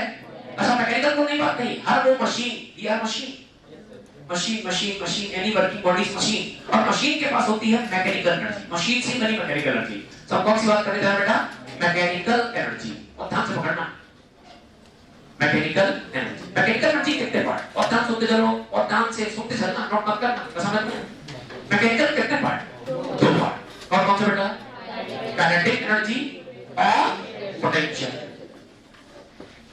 पोटेंशियल काइनेटिक कितने पार्ट? दो। अगर कोई बॉडी, अब समझना कैसे दो, कैसे दो, अगर कोई बॉडी किसी सरफेस पर रखे कोई m मास की बॉडी किसी v रफ्तार से कौन सा मोशन कर रही है? कौन सा मोशन कर रही है? ट्रांसलेटरी, अपनी जगह को, पोजीशन को चेंज कर रही है, डिस्लोकेट हो रही है। तो ट्रांसलेशन के केस में आएगा ट्रांसलेटरी काइनेटिक एनर्जी। लिखते तो उसको उसी को के, असल में उसका नाम होता है KET, kinetic energy of translation. इसका फार्मूला आपने मुझे बताया था, half of mv²। Simple formula. Translation की कोई बॉडी की रफ्तार से बढ़ रही तो काइनेटिक एनर्जी ऑफ ट्रांसलेशन। अच्छा बताओ, हो सकता है कोई बॉडी कहते हैं हम बढ़ेंगे नहीं, हम पंखे की तरह रहेंगे, तो घूमेंगे, उसमें तो काइनेटिक मोशन हो रहा, तो उसके पास कौन सी एनर्जी है? रोटेटरी। तो बन जाएगी kinetic energy of rotation. Kinetic energy of rotation में कोई बॉडी जो किसी पर्टिकुलर मास की है वो किसी एक्सिस के अबाउट घूमेगी ओमेगा रफ्तार से। जब घूमेगी तो उसमें आएगी काइनेटिक एनर्जी ऑफ रोटेशन, वो बन जाएगी काइनेटिक एनर्जी ऑफ रोटेशन बराबर half of I omega square. अभी कोई मतलब नहीं, बस सुन लो खाली इस बात, इसको आगे समझाएंगे, रोटेशन की बात है। राइट, चलो पोटेंशियल कितने पार्ट होंगे? मिनिमम दो जो तुम्हारे सिलेबस में। जैसे आपने किसी बॉडी को ग्राउंड के लेवल से, सुनते जाना बेटा, ग्राउंड लेवल मतलब h बराबर 0 से आपने इस बॉडी को, किसी बॉडी को यहां से उठाया और उठा के आपने किसी बॉडी को h हाइट तक लोकेट कर दिया। कितना लोकेट कर दिया? h हाइट तक यहां पे लोकेट कर दिया। Potential energy is actually energy of configuration, बनावट की ऊर्जा। एक मास जमीन पर रखा था तो उसका और जमीन का सिस्टम कुछ था। जब इस मास को हमने जमीन से उठा के यहां पे रख दिया, अब इसका सिस्टम चेंज हो गया। ये अर्थ के क्लोज था और अब अर्थ से कुछ डिस्टेंस पर है। सिस्टम का कॉन्फ़िगरेशन, सिस्टम की बनावट चेंज हो गई। तो सिस्टम समझ में आ रहा है? I am individual body but we are system. एक बॉडी इंडिविजुअल बॉडी नहीं जाती है, लेकिन एक से ज्यादा संख्या में बॉडीज होंगी तो क्या बनेगी? सिस्टम। तो अकेला मास इंडिविजुअल मास है और मास को अर्थ पर रखते हुए तो क्या बन जाएगा? सिस्टम। किसका system? Earth and mass system. तो अर्थ एंड मास सिस्टम की सेपरेशन अभी 0 है और जैसे जैसे इस मास को हवा में लेके आओगे क्या h बढ़ता जाएगा? और जैसे जैसे h बढ़ेगा इसका मतलब अर्थ और मास के बीच की सेपरेशन बढ़ेगी तो सिस्टम की बनावट में परिवर्तन आएगा। बनावट में परिवर्तन का चेंज या बनावट का चेंज कौन डिसाइड करता है? Potential energy. It's energy of position की एनर्जी पोटेंशियल एनर्जी। राइट, तो चलना सब बातें रिकॉल करा रहे। अच्छा भाई, आपने इस m मास को h हाइट डिस्लोकेट कर दिया, हमने मेहनत करी, समझते चलना अपनी बातें खास। अच्छा, मेहनत करी और मेहनत करके इसकी इतनी एनर्जी थी, हमने जैसे मास को उठा के रख दिया, इसका मतलब इसमें कुछ एनर्जी स्टोर कर दी। जो इसमें एनर्जी स्टोर है उसका नाम है mgh। इसे कहेंगे पोटेंशियल एनर्जी। कौन सी एनर्जी है? It's gravitational potential energy. कौन सी? Gravitational potential energy. ये ऐसा कहते हैं पोटेंशियल के भी दो पार्ट, पोटेंशियल का एक part gravitational potential energy. Gravitational potential energy वो कब होगा? जब किसी बॉडी को, सुनते चलना बेटा, किसी बॉडी को ग्राउंड के लेवल से किसी h हाइट तक आप ले आओगे तो उसके पास एनर्जी आ जाएगी U बराबर mgh। और देखो जरा दूसरी बॉडी का दूसरा कहानी कब होगा? इसे कहते हैं इलास्टिक पोटेंशियल एनर्जी। ये सब आपके खेल में इलास्टिक पोटेंशियल। सपोज करो किसी ग्राउंड सरफेस पर या किसी सरफेस पर आपने स्प्रिंग की मदद से कोई m मास टाई अप किया है और आप इसे खींचिए, आप एफर्ट लगा के इसे खींचिए। जब आप खींचोगे तो इसका कॉन्फ़िगरेशन कुछ चेंज हो जाएगा, इसकी बनावट चेंज होगी। हमने आपसे कहा ना potential energy is all about configuration, बनावट की ऊर्जा। बनावट यहाँ कुछ अलग थी, अर्थ मास सिस्टम नजदीक थे, अर्थ मास सिस्टम दूर, बनावट चेंज हो गई, पोटेंशियल एनर्जी चेंज हो गई। कितने का चेंज आएगा? mgh। m बॉडी का मास है, g ग्रेविटी है और h क्या है? बॉडी की अर्थ की सरफेस से, अर्थ के रेफरेंस लेवल से हाइट है। अच्छा, ये स्प्रिंग है, ये स्प्रिंग अपनी नेचुरल लेंथ पर m मास से बनी हुई है। हमने इसको पकड़ के खींच दिया, जैसे खींचोगे तो स्प्रिंग में टेंडेंसी आ जाएगी अपनी ओरिजिनल पोजीशन को रिगेन करने की। जो रिगेन करने की टेंडेंसी आई है वो इसके स्प्रिंग कांस्टेंट, स्प्रिंग की टाइटनेस की वजह से आई है। तो आपने जो मेहनत करके काम किया है वो काम कहीं वेस्ट नहीं गया, बल्कि काम इसमें स्टोर हो गया है in form of elastic potential energy. उसका फार्मूला हाफ ऑफ kx²। ये क्या है? स्प्रिंग की टाइटनेस का कांस्टेंट। ये सब बातें हम बता चुके हैं। अच्छा, x क्या है? स्प्रिंग की जो लेंथ है उसमें हुई बढ़त, एलोंगेशन। नजर डालो सारी बातों पर, पहले आपको नजर डालो, पूरा चार्ट तुम्हारे दिमाग में हर वक्त चलता है। बहुत कुछ अभी बताने वाले, बहुत कुछ अभी बताने वाले, सब बातों पर चर्चा करेंगे। एक्टिव रहना, कुछ समझना, मिनिमम टाइम मैक्सिमम नॉलेज, इस कॉन्सेप्ट पे चलना। समय बहुत सीमित है, अच्छा समझ रहा हो। मेन पार्ट कौन सा है? मैकेनिकल। मैकेनिकल कितनी स्ट्रिंग? 2। काइनेटिक और मेन पार्ट मैकेनिकल एनर्जी, किसी भी मशीन किसी भी सिस्टम की एनर्जी मैकेनिकल एनर्जी। मैकेनिकल कितने पार्ट? 2 पार्ट, काइनेटिक और पोटेंशियल। काइनेटिक कितने पार्ट? 2 पार्ट। अगर बॉडी ट्रांसलेट कर रही तो ट्रांसलेटरी काइनेटिक एनर्जी, और उसका वैल्यू कितना होता है? Half of mv square. ऊपर देखो, ऊपर ऊपर ऊपर ऊपर। अच्छा, काइनेटिक एनर्जी ऑफ रोटेशन कितनी होगी? Half of I omega square. जब कोई बॉडी किसी फिक्स पॉइंट के अबाउट रोटेट करेगी, रोटेशन, जब कभी किसी सरफेस पर ट्रांसलेट करेगी तो ट्रांसलेशन। इधर बताओ, पोटेंशियल एनर्जी किसकी डेफिनेशन? पोटेंशियल एनर्जी बॉडी के मूवमेंट को डिफाइन करता है कि कॉन्फ़िगरेशन को। बनावट में चेंज होगा तो पोटेंशियल एनर्जी, अगर कोई अच्छा, पोटेंशियल एनर्जी कितने पार्ट? 2 पार्ट, ग्रेविटेशन और इलास्टिक। ग्रेविटेशन का मतलब, ग्रेविटेशनल पोटेंशियल एनर्जी का मतलब हो गया बॉडी अगर अंडर ग्रेविटी किसी हाइट पर है, अंडर ग्रेविटी किसी हाइट पर बॉडी में एनर्जी स्टोर होगी। अगर कोई m मास की बॉडी, एक लाइन में आंसर देना, अगर कोई m मास की बॉडी अंडर ग्रेविटी जमीन से h हाइट पर है, उसमें कितनी एनर्जी इकट्ठा है, कितनी स्टोर है? m g h। m body का, g ग्रेविटी, h कहां से? अर्थ की सरफेस से, राइट। अच्छा बताओ, अगर कोई स्पेस अपनी नेचुरल लेंथ पर रिलैक्स है, एनर्जी है कि नहीं? नहीं। एनर्जी कब आएगी? जब कोई एजेंट इसे आकर के खींच देगा, खींचने में एजेंट काम करेगा और उसका काम उस स्प्रिंग में स्टोर हो जाएगा in form of elastic potential energy. अगर एजेंट ने x खींचा, कितना खींच दिया?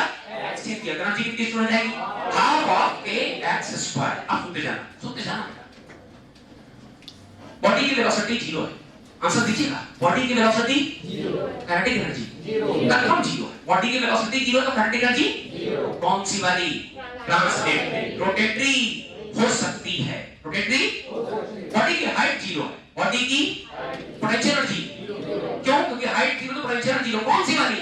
Gravitational potential energy. Spring relax है, स्प्रिंग रिलैक्स है। रिलैक्स का मतलब उसमें x है कि नहीं है? फोटो ऊपर वाला कि नीचे वाला? रिलैक्स का मतलब ऊपर वाला फोटो, जब तक स्प्रिंग में कोई एजेंट डिफॉर्मेशन नहीं लाएगा तब तक एनर्जी स्टोर नहीं होगी। तो इस फोटो एनर्जी कितनी? 0। इसमें कितनी है? Half of ax square. जहां k क्या है? स्प्रिंग का टाइटनेस कांस्टेंट और x का है, इसकी बनावट में परिवर्तन, इसमें आया हुआ डिफॉर्मेशन, राइट। तैयारियां चल रही है, मान लीजिए इसकी तैयारी चल रही है, इसका डेमो दिखा दिया, इसकी तैयारी कर रहे हैं, थोड़ी तैयारी और बाकी है।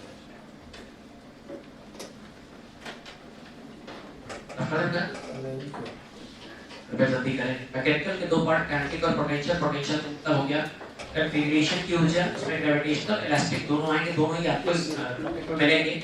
और काइनेटिक में बेटा आपको केवल ये मिलेगा, अभी ये मिलेगा, ये हमने लिखवा दिया जबरदस्ती, ये रोटेशन में काम लेगा,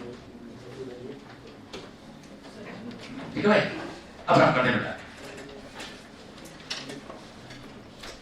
वक्त का प्रोसेस बराबर चेंज इन काइनेटिक एनर्जी, ये बार एनर्जी थ्योरम। और काइनेटिक पोटेंशियल सब एनर्जी, बिना एनर्जी काम नहीं हो सकता, और काम करोगे तो एनर्जी में चेंजेस आएंगे। इनकी नंबरिंग कर रहे हैं, तुम्हें कुछ पार्ट दिखाते हैं, इतना कहें उतना नोट कर लेना। Photo number 1, photo number 2, photo संख्या 3, फोटो संख्या 4, नजर रखना सब पर, तो बच के जाने ना पाए। चलो भाई, इस सरफेस से हम एम मास को उठाने जा रहे हैं, आइए हमें उठाने में मदद करिए। एम मास टाइप लॉ, सबसे इंपॉर्टेंट काम, कई बोला नहीं, फिर से बोले, हमारी हाइट 6 फीट है, सही स्टेटमेंट है गलत है? अधूरा स्टेटमेंट। कैसा है? अधूरा। बताना ये जरूरी कि मेरी हाइट 6 फीट है इस प्लेटफॉर्म के रिस्पेक्ट में, लेकिन मेरी हाइट 10 फीट है, ये स्टेटमेंट भी सही है ग्राउंड के रिस्पेक्ट में। तो जब भी कभी हम किसी बॉडी का हाइट या किसी बॉडी का लेवल बताते हैं तो हमेशा उसके रिस्पेक्ट में बताते हैं। सपोज करो मेरी हाइट कितनी? 6 हाइट, हमें ये बताना जरूरी है कि ये 6 हाइट किसके रिस्पेक्ट में है? स्क्रीन कलर की कारपेट के रिस्पेक्ट में। मेरी हाइट 10 फीट है, ये भी सही है, ग्राउंड के रिस्पेक्ट में। तो हम जिस बॉडी की लेवल का डिस्कशन करेंगे, हाइट का डिस्कशन करेंगे, उसे हाइट बताते वक्त ये अवश्य बताएंगे कि उसका जो भी लेवल है वो किसके रिस्पेक्ट में। ठीक है बच्चों, चलो अच्छा बताइए, ये मास कहां रखा है? जमीन पर रखा है, ग्राउंड पर रखा है। ग्राउंड का खुद का लेवल कितना होगा? 0, तो h बराबर 0। आइए किसी पर्सन से कहिए अच्छा ये अपने आप उठ सकता है क्या? नहीं। इसको उठाना पड़ेगा, एजेंट बुलाया, कट्टा कट्टा एजेंट बुलाया, मैंने कहा मिस्टर एजेंट उठाइए इसे। जैसे हम कैसे उठाएं? हमें कुछ इस कदर उठाना ये उठ तो जाए, लेकिन उठते वक्त ये उठे कैसे उठे बेटा? Slowly slowly. स्लोली का मतलब क्या होता है? आप वेलोसिटी में कोई चेंज, और ध्यान सुनना, स्लोली स्लोली का मतलब क्या है? अरे वाले वाले स्लोली एक ही बात है। अच्छा इसका मतलब वेलोसिटी में कोई चेंज? ऐसे ऐसे, अरे ऐसे नहीं कि एक ही रफ्तार होता है।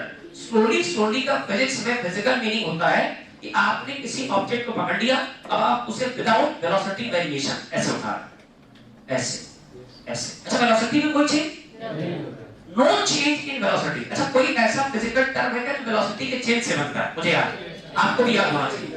Acceleration is defined as rate of change of velocity with respect to. जब उठाओगे स्लोली स्लोली तो वेलोसिटी में कोई चेंज, और वेलोसिटी में चेंज का वेलोसिटी चेंज कितना? 0। तो एक्सेलरेशन भी कितना? अच्छा एक्सेलरेशन 0 तो क्या एफ नेट बराबर भी 0? एफ नेट बराबर होता है ma, अगर a 0 तो एफ नेट बराबर भी। अब ध्यान सुनो, इस बॉडी पर नेट फोर्स 0 लगाओ, अपने आप स्लोली स्लोली उठेगी। नेट फोर्स कितना लगाओ? 0। एजेंट का प्रयास कहां दिख रहा है?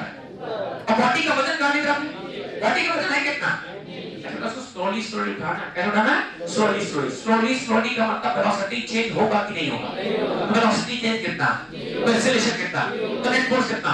तो नेट फोर्स 0 मतलब जितना ऊपर वाला उतना F बराबर mg। मेरी बात समझ भाई? अब जरा देखो, धीरे उठाओ, उठाओ इसको ले सकते हैं किसी हाइट पे। चलो भैया आज जा, आज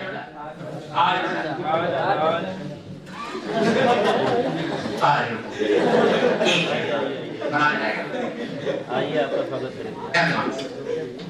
अच्छा कितना लेवल तक लेके आप इसे? आपने कहा सर h बराबर 0। बहुत अच्छा टॉपिक है, पूरी फिजिक्स को समझना, साथ साथ लगे रहना बस। हिम्मत ना, जहां कहीं कमजोर पड़ो तो थोड़ी सी सेल्फ स्टडी बढ़ा देना, है ना? क्योंकि इतने लेवल तक तो आपको चलना ही पड़ेगा। अच्छा 9-10 की फिजिक्स है मान लो, इससे बड़ी नहीं, तो सब सवाल निकल जाए। नीट चाहे मेंस हो चाहे एडवांस हो, एडवांस का बहुत यूनिक सवाल हो तो बात अलग। बाकी फिजिक्स एक ही जैसी होती है, उसमें भाषा बदल सकती है, लैंग्वेज ऑफ क्वेश्चन चेंज हो सकता है। ठीक चलो फिर से आओ। h बराबर कितना है? h बराबर 0 से इसको धीमे धीमे उठाते लगते हैं, इसको कहां तक ले गए? h बराबर सपोज करो कितनी हाइट तक ले गए? h।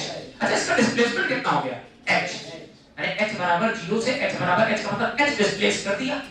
किसने किया है सारा काम? देख लो किसने किया? F फोर्स ने। किसी फोटो में दिखाया जाने वाला लगने वाला फोर्स ये एक्सटर्नल एजेंट माना जाता है। क्या माना जाता है? सपोज इस बोल्ट को धक्का देना स्टार्ट कर दे तो I am external agent in this bolt, मैं एक्सटर्नल एजेंट हूं। ठीक, अच्छा इस फोटो में कितने फोर्स एक्टिंग देख के बताओ? इतना से बिल्कुल सही बात। एक ऊपर है, ये किसका? एजेंट का, जो बाय चांस किसके बराबर है? वजन के बराबर। अच्छा वजन कौन लगा रहा है? ग्रेविटी। ग्रेविटी फील्ड है, ग्रेविटेशन एक फील्ड है, तो ये फोर्स बाय फील्ड है, ये फोर्स बाय एजेंट है।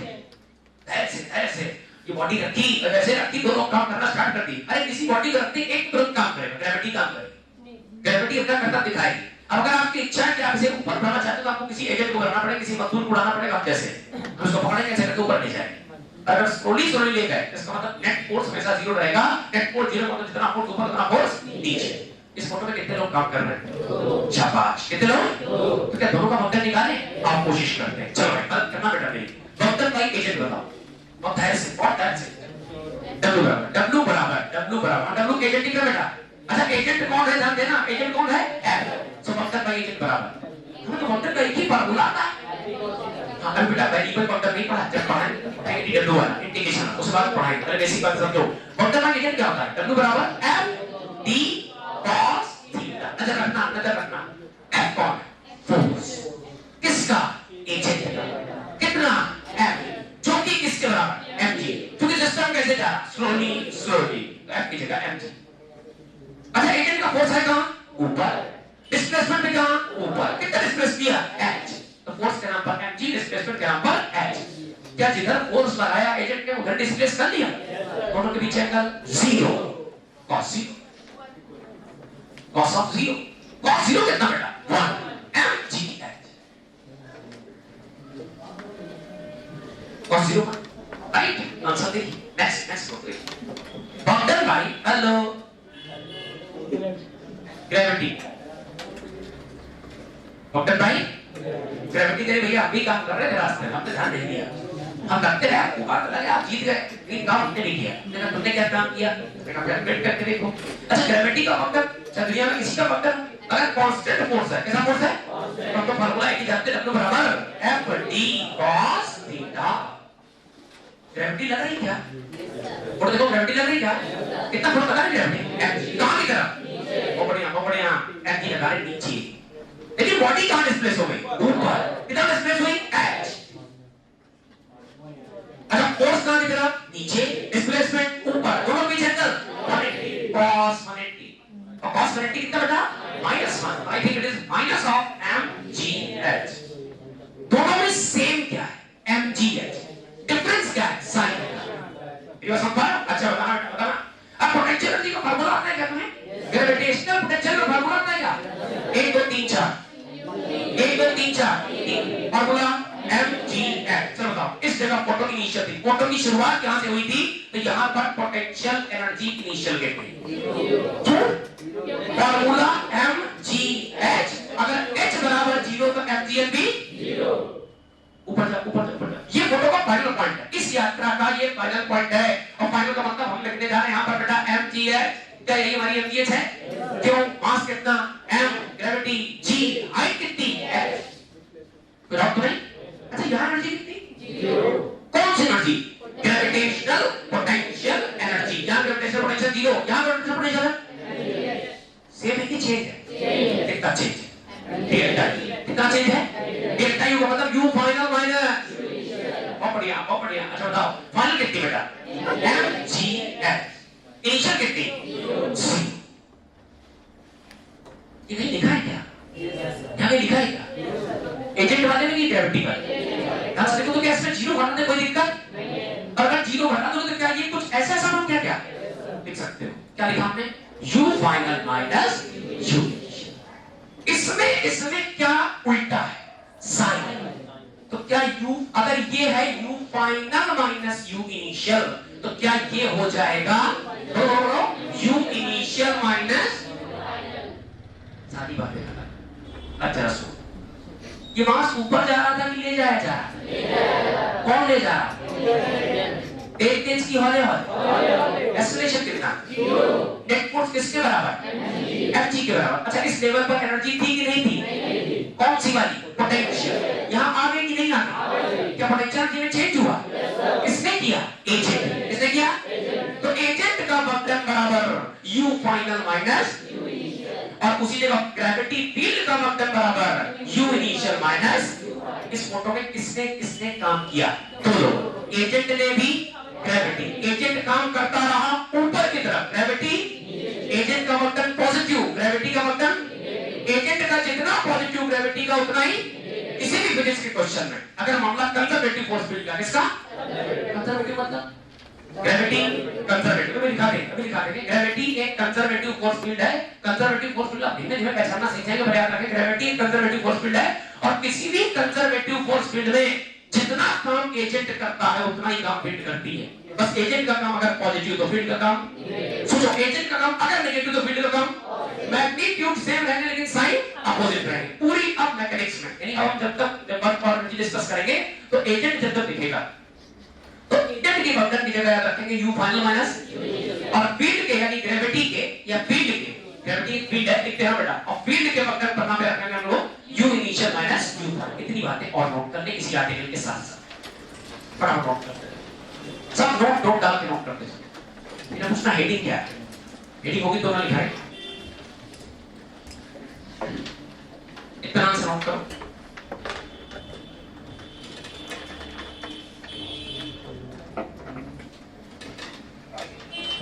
अच्छा ना, तो किसी भी फिगर का हकीकत है कि जितने फोर्स लगेंगे सब वर्क करते हैं।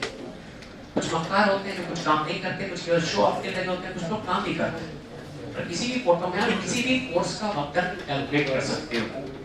डिपेंड करता है क्वेश्चन किसका वक्र पूछा है, पर जाकर बेटा आंसर चाहिए मुझे। बच्चों ध्यान दीजिए, बोर्ड पर देखिए, बोर्ड के इस पार्ट में देखिए, इसमें वक्र का एजेंट कितना है? शाबाश, बहुत बढ़िया। और वक्र का ग्रेविटी कितना है? एक ने काम किया कि दोनों? शाबाश, ये बात समझ पा रहे हो ना? अच्छा, एजेंट का जो बंधन है वो हमेशा किसके बराबर होगा? Final minus initial. एजेंट हमेशा कोशिश करता है सिस्टम की पोटेंशियल एनर्जी चेंज करने में, जहां एनर्जी का चेंज होता है फाइनल माइनस इनिशियल। फील्ड भी हमेशा सिस्टम की एनर्जी चेंज ही करती है, बस खाली इसका प्रोसीजर इसके पोजीशन का ठीक उल्टा रहता है। ये u final minus u initial होगा, ये u initial minus u final होगा। और ये बात किसी भी कंजर्वेटिव फोर्स के लिए एप्लीकेबल है। नोट डाल दे, इसमें लिख दो चाहो तो, for any conservative force, for any CFF for any conservative force field.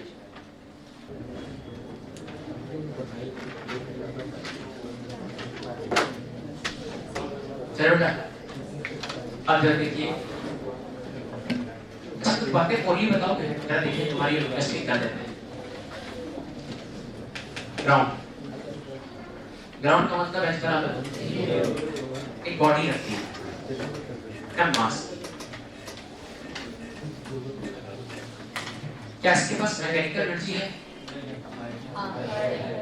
Potential भी है जीरो, काइनेटिक मैकेनिकल भी जीरो। इसके पास कितनी एनर्जी हो सकती है? चार। अरे अभी लिख दिया चार में कौन कौन सी? Gravitational potential, elastic potential, translatory kinetic, rotatory kinetic. अच्छा, ग्रेविटेशनल पोटेंशियल की बात करूं तो क्या आएगा? mgh। h कितना? 0। तो ग्रेविटेशनल पोटेंशियल भी कितनी? mgh। अच्छा, क्या स्प्रिंग से पता है? नहीं। स्प्रिंग नहीं, इलॉन्गेशन नहीं, x 0 तो हाफ ऑफ ax स्क्वायर भी 0, दूसरा पार्ट भी 0। राइट, वेलोसिटी है क्या इसके पास? नहीं। तो काइनेटिक वाला पार्ट भी 0। तो किसी भी क्या आप पार्ट या किसी भी आप बॉडी को देख करके क्या इतना चेक कर इसके पास काइनेटिक एनर्जी है कि नहीं? अरे सिंपल सी बात, अगर ग्रेविटेशन की बात करें तो हाइट चेक करना, और हाफ ऑफ px इलास्टिक की बात करें तो x चेक करना, ट्रांसलेटरी काइनेटिक की बात करें वेलोसिटी चेक कर लेना। राइट, चल एक और बात देखिए, एक और बात। अब एक आर्टिकल लिखने जा रहे हैं और इसे कहीं ना कहीं क्वेश्चन में अप्लाई करके दिखा दें, और ध्यान सुनना। अभी भी तुमने एक चीज सीखी थी, क्या सीखा था? डॉक्टर भाई, हाँ जी, डॉक्टर भाई ऑल फोर्सेस बराबर change in kinetic energy. Doctor भाई ऑल फोर्सेस में कितने फोर्स हो सकते हैं? इनफाइनाइट, लेकिन उनकी कैटेगरी केवल 3 हो। उनकी कैटेगरी केवल सुनना बहुत ध्यान से। डॉक्टर भाई ऑल में या तो डॉक्टर भाई एजेंट हो, और ध्यान सुनना, या तो डॉक्टर भाई या तो डॉक्टर भाई फील्ड होगा।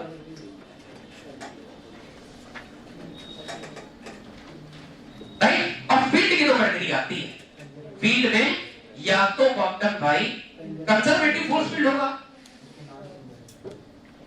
और या तो डॉक्टर भाई नॉन कंजर्वेटिव फोर्स फील्ड होगा, एमसीएफ।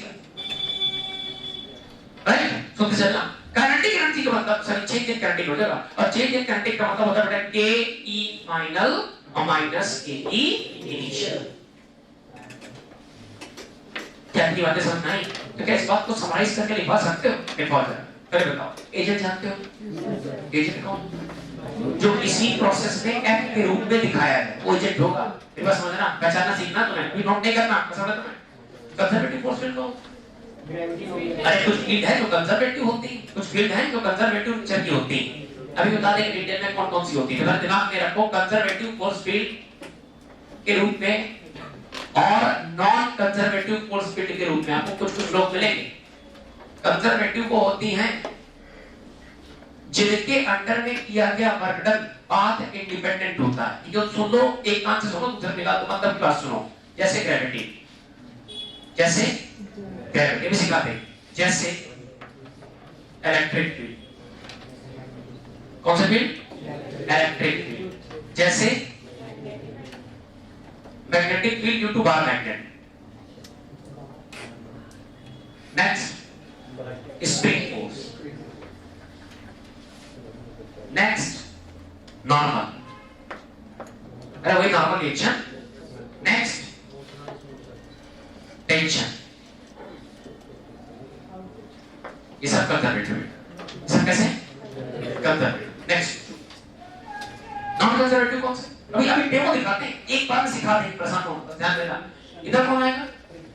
फ्रिक्शन। और कौन आएगा? विस्कोसिटी। सोचते चलना, आप तैयारी चल रही, सवाल कर लगे। तीसरा ड्रैग फोर्स। कौन सा फोर्स? ड्रैग। चलो और ध्यान सुनना, ये कोई मास है, ये क्या है? मास। और ये सपोज करो अभी h बराबर 0 के लेवल पर है। ऐसा मान लीजिए कि जो टेबल है, ये टेबल, इसका जो ये लेवल है, ये h बराबर 0, h बराबर 0। अच्छा ये मास है m, कितना मास है? और इसको हम अंडर ग्रेविटी, ग्रेविटी से नीचे खींच रहे हैं, नहीं भरोसा देख लो, क्योंकि नीचे अपने आप गिरा, ग्रेविटी ले गई से, ठीक है ना? उसमें कौन काम कर रहा?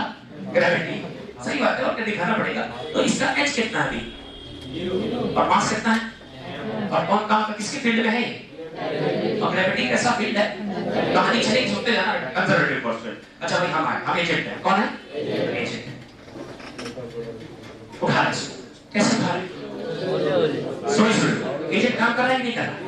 फील्ड भी फील्ड काम कर रही नहीं, लेकिन दोनों का काम मैग्नीट्यूड में इक्वल, लेकिन साइन में मेरा काम पॉजिटिव की नेगेटिव, क्योंकि मेरा फोर्स भी ऊपर, डिस्प्लेसमेंट भी, लेकिन ग्रेविटी का फोर्स नीचे, डिस्प्लेसमेंट ग्रेविटी का मक्कर नेगेटिव। इतनी बात ठीक है ना? ऐसा सिस्टम के कॉन्फ़िगरेशन सेम है कि चेंज हो गया? पोटेंशियल एनर्जी सेम है कि चेंज हो गया? पहले पोटेंशियल एनर्जी नहीं थी, लेकिन अब पहले 0 थी, अब mgh है। कैसा है सभी लोग? अच्छा भाई ठीक बताओ, h बराबर कितना? 0। h बराबर कितना? h। पोटेंशियल थी कितनी? आंसर देना। फिर उसी लेवल पर क्या है? पोटेंशियल नीचे, रिवर्स हम पर ना, अब mgh मतलब आप चाहे ऐसे ऐसे ले जाओ, चाहे स्लोली ले जाओ, चाहे जर्क देते हुए कर्व में ले जाओ, इस बात से कोई मतलब।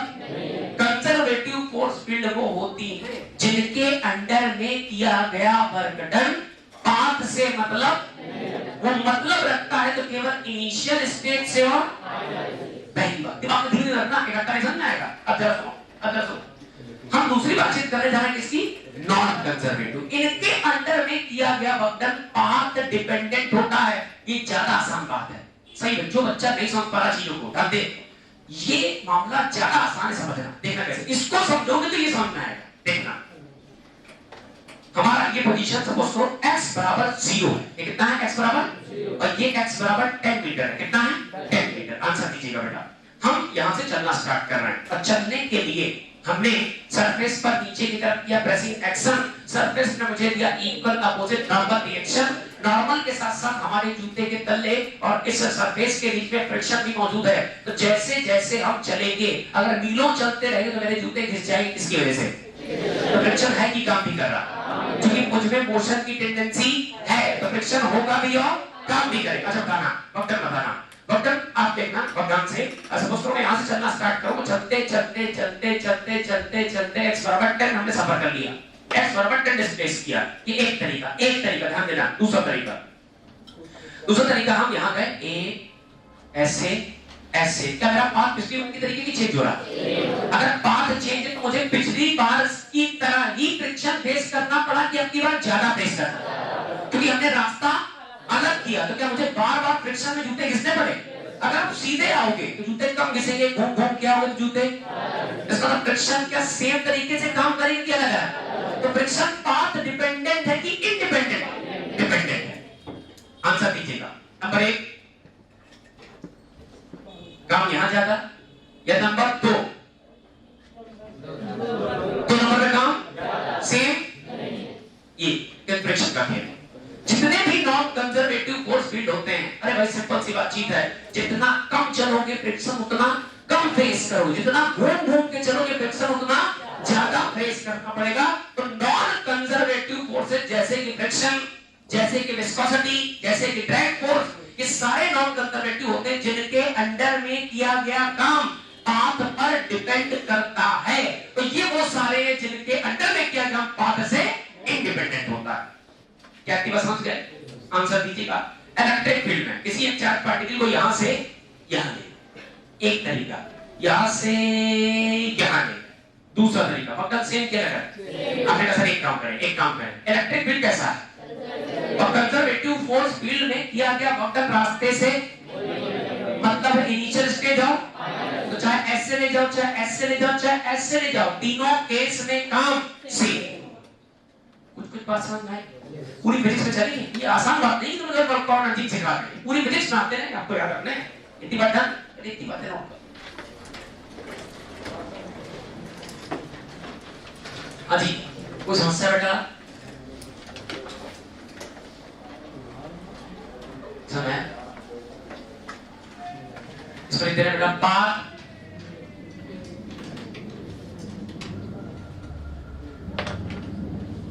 इंडिपेंडेंट, ऐसे लिखते हैं, पूरी बात लिखते हैं। Work done under these forces is path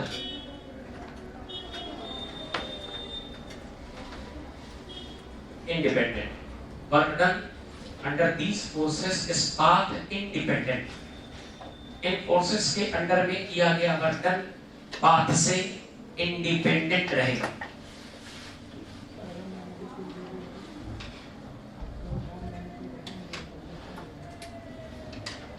इनके अंडर में किया गया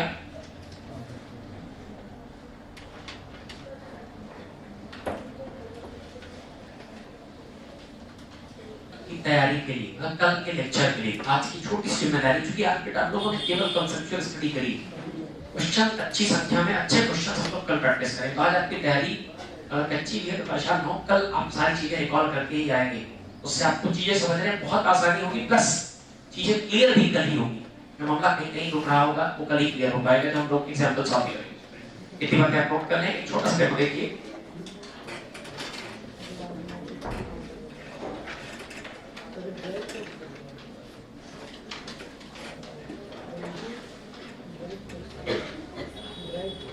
ड्रैग फोर्स एयर का, ये सॉलिड की केस, ये लिक्विड की केस, ये एयर की केस।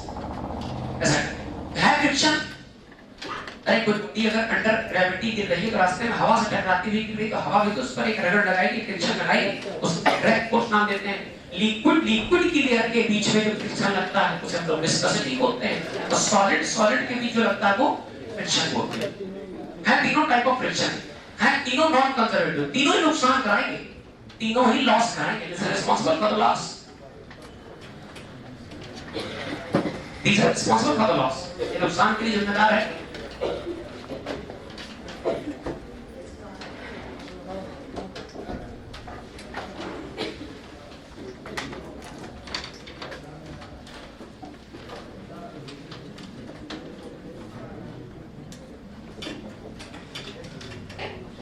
चलो भैया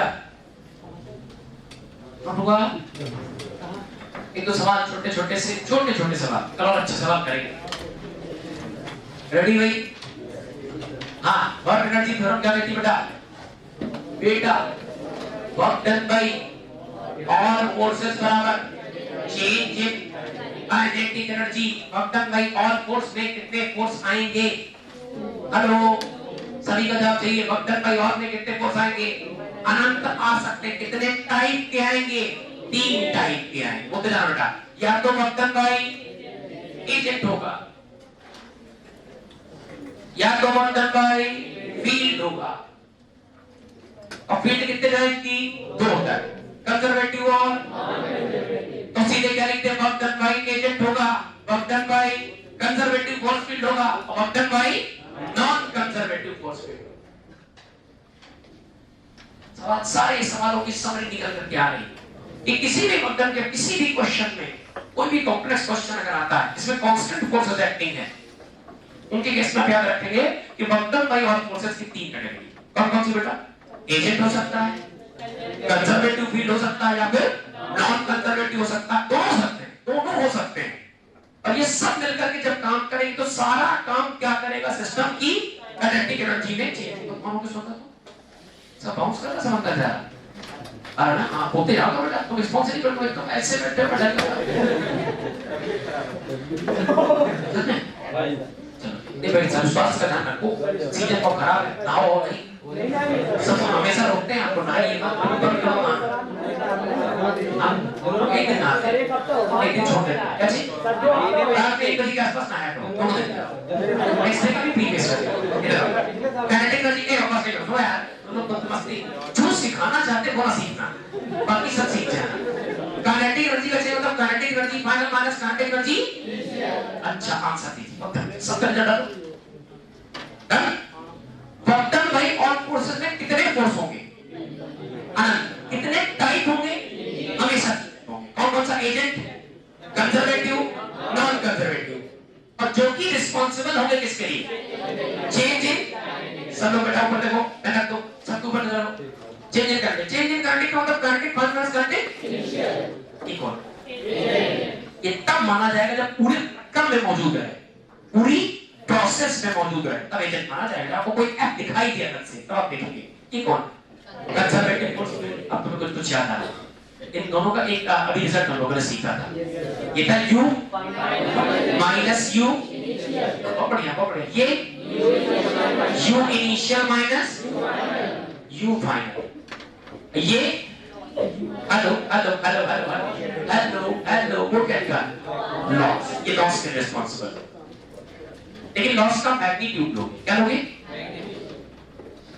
सब समराइज करके देखो कितनी खतरनाक थ्योरम है देखिए जोड़े चलते जाओ सब समेट दो जरा सब समेट देखो बॉटम वाली ऑन फोर्सेस में कितने टाइप के force 3 agent conservative non conservative ऊपर लिखना मत करो मैं हाथ कटवा दिए है बॉटम वाली ऑन फोर्सेस में 3 टाइप के फोर्स कौन से एजेंट कंजर्वेटिव और एजेंट का मतलब हमेशा जो फाइनल से फील्ड का इनिशियल माइनस नॉन कंजर्वेटिव का लॉस और सब कुछ मिलके क्या करेगा चेंज इन अब चेंज इन करंट के मतलब काइनेटिक फाइनल माइनस काइनेटिक आइए डेमो नंबर 1 छोटा सवाल प्लीज ध्यान दो नोट नहीं करोगे अगर सुनोगे भी समय है बता दो कितना सवाल नोट होगा आइए मान लीजिए कोई एम मास है कितना मास है हमने इसको यहां से छोड़ दिया क्या किया छोड़ दिया u बराबर 0 से जमीन से कितनी हाइट है इसकी सपोज करो ये लेवल इसका h बराबर 0 लेकिन ये लेवल इसका h बराबर h आने दो नीचे स्वतंत्र रूप से इसे नीचे आने दीजिए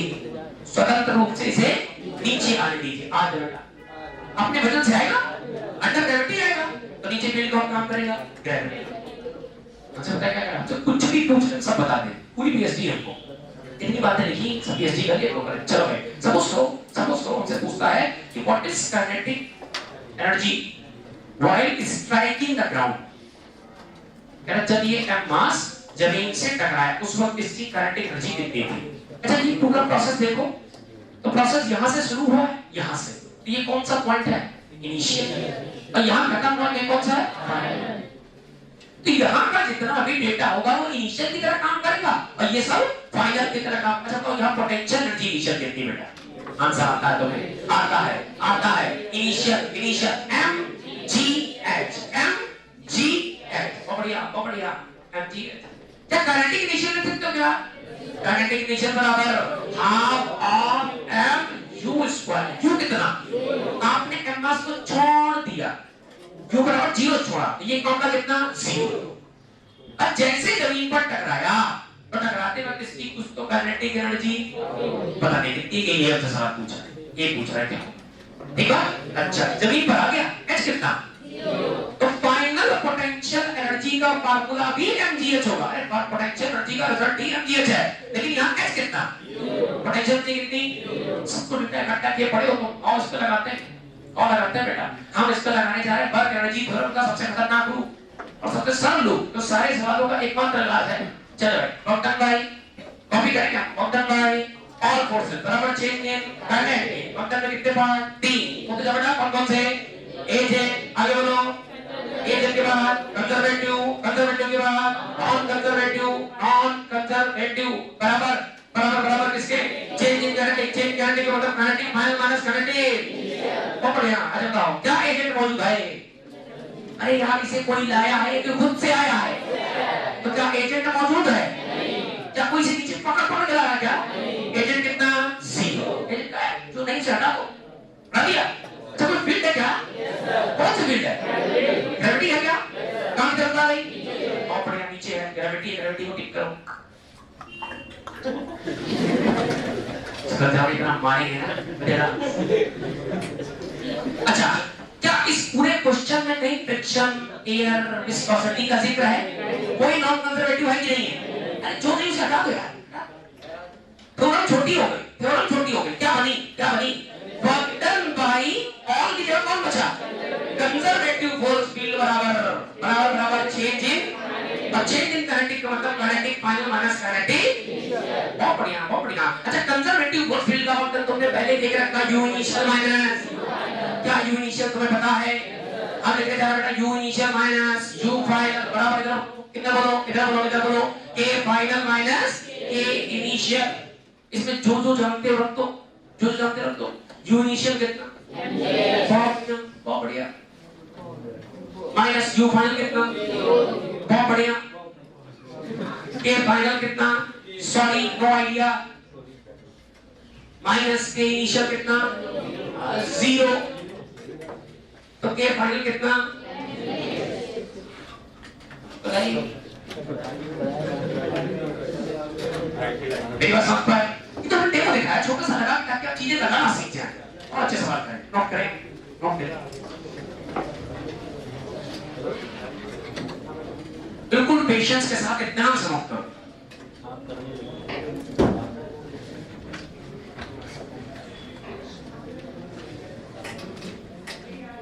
ठीक है, इसमें बताएंगे जब कंजर्वेटिव फोर्स फील्ड होती है, एक्चुअली ये मैकेनिकल गति कंजर्वेशन लिखा हुआ है।